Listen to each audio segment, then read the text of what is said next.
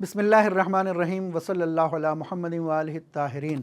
السلام علی الحسین وعلی علی ابن الحسین وعلی اولاد الحسین وعلی اصحاب الحسین۔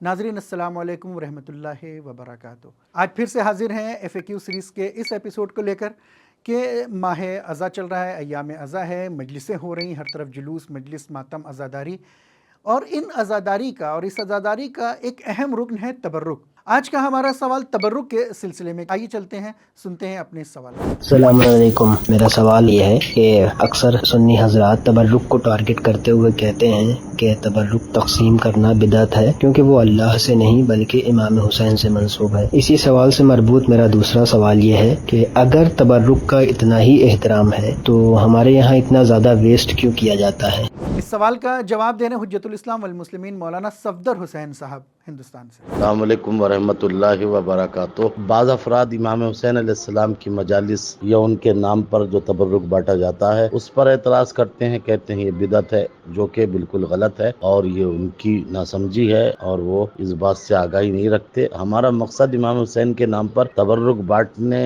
سے قرب الہی حاصل کرنا ہے اور رضا الہی حاصل کرنا ہے۔ ہم تبرک بانٹ کر امام حسین سے ثواب نہیں چاہتے، امام حسین کے نام پر تبرک بانٹتے ہیں، اور کسی کے بھی نام پر کسی کو کچھ بھی دیا جا سکتا ہے۔ گرمی کے زمانے میں جو ہے وہ راستوں میں کسی کو بھی پانی پلاتے ہیں، نہ مذہب پوچھتے ہیں، نہ اس کی شریعت پوچھتے ہیں، نہ اس کا دھرم پوچھتے ہیں۔ کانوڑیوں کو آج کل ہمارے یہاں جو گنگا سے اور ہریدوار سے پانی لاتے ہیں راستوں میں، ان کے لیے خود جو ہے اہل سنت اور وہابیوں کی جماعتیں سبیلے لگاتی ہیں، ان کو پھل کھلاتے ہیں۔ تو یہ کس کے نام پہ کھلاتے ہیں؟ کیا یہ عبادت ہو سکتا ہے؟ نہیں، یہ اللہ کے لیے ہوتا ہے۔ ہم بھی اسی طرح امام حسین علیہ السلام کے لیے سبیلے لگاتے ہیں، ان کے نام پر تبرک بانٹتے ہیں۔ اب یہ کوئی ہے کہ تبرک ان تک پہنچ جائے گا، یہ کوئی ہے کہ مثلا پانی پہنچ جائے گا، جیسا کہ قرآن مجید جو ہے قربانی کے لیے کہتا ہے لن ینال اللہ لحومها ولا دماؤها ولکن ینالہ التقوی منکم۔ یہ جو تم نے دمبا ذبح کیا ہے، نہ اس کا گوشت اللہ تک پہنچے گا، نہ اس کا خون اللہ تک پہنچے گا، اور اگر کچھ پہنچے گا تو وہ تمہارا جذبہ ہے، تمہاری نیت ہے، تمہارا خلوص ہے۔ تو اسی طرح ہم جو ہے نام حسین پر بریانی کھلا کر، پھل دے کر، تبرک بانٹ کر، ہم یہی تو کرتے ہیں کہ اپنے جذبات کا اظہار کرتے ہیں اور جو ہے اپنے خلوص کا اظہار کرتے ہیں۔ امام حسین کے نام پر حصول ثواب کی غرض سے ثواب اللہ سے لیتے ہیں، اللہ ہی ثواب دینے والا ہے، اور خود امام حسین کو ثواب پہنچانا چاہتے ہیں، امام حسین کی خدمت میں یہ نظر پیش کرتے ہیں۔ تو یہ بالکل جو ہے غلط ہے، اس کو بدعت کہنا بدعت نہیں بلکہ یہ عبادت ہے۔ آپ راستوں میں کسی کو بھی شربت پلائیے، پانی پلائیے، تو چاہے اپنے لیے پلائیے، چاہے جو ہے امام حسین کے لیے پلائیے، تو یہ ثواب کا سبب ہے اور باعث قرب الہی و خشنود الہی ہے۔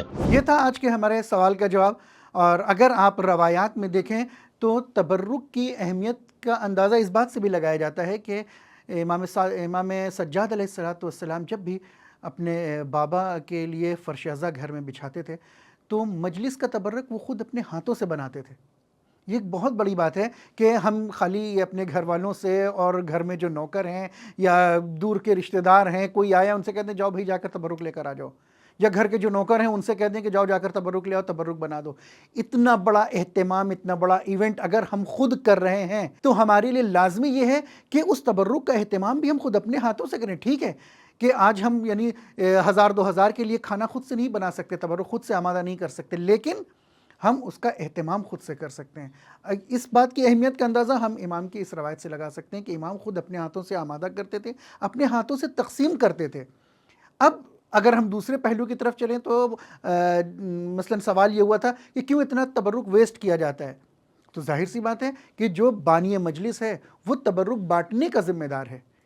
ویسٹ کرنا یا نہ کرنا یہ تو جو حضرات لے رہے ہیں، جو تبرک کو جن کو تبرک دیا جا رہا ہے، یہ ان کی ذمہ داری ہے، شرعی ذمہ داری ہے، اخلاقی ذمہ داری ہے اور سماجی ذمہ داری بھی ہے کہ وہ تبرک کو لیں اور اتنا ہی لیں جتنا کہ وہ کھا سکتے ہوں یا استعمال کر سکتے ہوں۔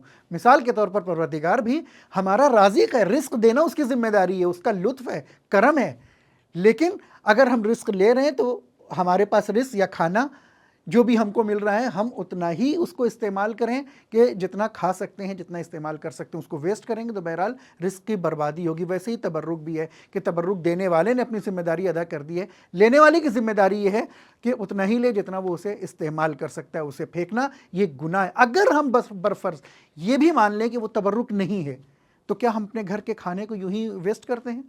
گھر میں جو کھانا بنا ہوتا ہے کیا ہم اس کو پھینک دیتے ہیں، سڑک کے کنارے ڈال دیتے ہیں؟ نہیں، یقیناً ایسا نہیں ہے۔ کیوں؟ کیونکہ رزق ہے، سب سے پہلے تو اس کی اہمیت اس بات سے بھی ظاہر ہوتی ہے کہ وہ رزق خدا ہے، کہ اللہ کا رزق ہے، اس کی اہمیت ہے، اور اس کی بالاتر عظمت اس بات سے ہو جاتی ہے کہ وہ منسوب ہو جاتا ہے امام حسین علیہ السلام سے۔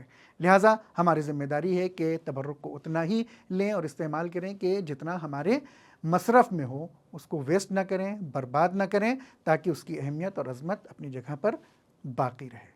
اسی طریقے سے اگر آپ بہت سارے ایسے کام ہیں جو آپ ماہ ایام اعظم میں کر سکتے ہیں، ماہ محرم میں کر سکتے ہیں، مثلاً چیریٹی کر سکتے ہیں، لوگوں کی مدد کر سکتے ہیں، لوگوں کی امداد کر سکتے ہیں، ان کی پریشانیوں کو دور کر سکتے ہیں ایک طرف، اور دوسری طرف آپ تبرک بھی بانٹ رہے ہیں، تو کیا ان دونوں چیزوں میں آپس میں ٹکراؤ ہے کہ اگر ہم تبرک نہیں بانٹیں گے تو کوئی نیک کام انجام دیں گے، یا یہ کہ ہم نیک کام بھی انجام دے سکتے ہیں اور تبرک بھی بانٹ سکتے ہیں؟ انہی سب سوالوں کو کور کرتے ہوئے فجر میڈیا نے ایک پوڈ کاسٹ آمادہ کیا ہے جس کا نام ہے تبرک اور چیریٹی۔ آپ اپنے سوالوں کو اس پوڈ کاسٹ میں دیکھ سکتے ہیں کہ جسے ہمارے یوٹیوب چینل پر پیش کیا گیا ہے۔ آپ اسے دیکھیں اور اپنے سوالوں کے جواب کو حاصل کر سکیں۔ ملتے ہیں انشاءاللہ اگلے ایپیسوڈ میں، تب تک کے لیے خدا حافظ، فی امان اللہ۔